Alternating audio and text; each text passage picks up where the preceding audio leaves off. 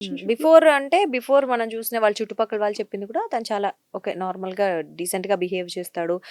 వెళ్తాడు జాబ్‌కెళ్తాడు, వస్తాడు, rent pay చేశాడు అనే చెప్తున్నారు. ఎవరితో అతనికి అంటే అలిగేషన్స్ ద ఉన్నట్లు కూడా ట్రూ చెప్పట్లేదు. Colours of a person only definitely. ఇంట్లో ఉండే భార్య, పిల్లలకి, తల్లిదండ్రులకి తెలుస్తుంది. తప్ప. కానీ అవును. చుట్టుపక్కల వాళ్ళెవ్వరికీ తెలీదు. రైట్. తెలీదు. అది కూడా అది పాయింటే. 100%. సో, ఇక్కడ కంపేర్ టు సరే అతనిది ఒక నిమిషం ఆలోచిస్తే మరి ఇక్కడ అమ్మాయిలు చూస్తే కూడా రీసెంట్ డేస్‌లో అది అమ్మాయిలు, అబ్బాయిలని ఏం కాదు కానీ వాల్యూస్ లేకుండా లేకపోతే మీరన్నట్లు ఆ జాలి, ఆ ఎంపతి ఏమీ లేకుండా బిహేవ్ చేస్తున్నారు. ఈ సొసైటీలో ఈ జనరేషన్ చాలా మంది అలాగే ఉన్నారు. అమ్మాయి చూస్తే కూడా అతనికి మ్యారీడ్ అంటే అతను మ్యారీడ్ అని తెలుసు. బట్ స్టిల్ ఆమె ఇల్లీగల్ రిలేషన్ మెయింటైన్ చేస్తోంది. అండ్ డబ్బు కోసం ఏదైనా అనే ఒక అతన్ని పీడించడం అవ్వచ్చు. అతని ఐడీ కార్డ్ తీసుకొని దాచిపెట్టడం అవ్వచ్చు.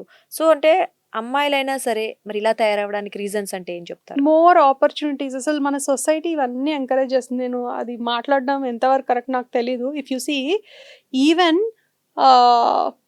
మ్యాట్రిమోనీ సైట్స్ కూడా డేటింగ్ యాప్స్ కింద మారిపోతున్నాయి. ఓహ్! ఓకే. ఆ! ఓకే. నా దగ్గరకు హ్మ్. వచ్చిన చాలా కేసెస్‌లో నేను చూస్తే హుహు.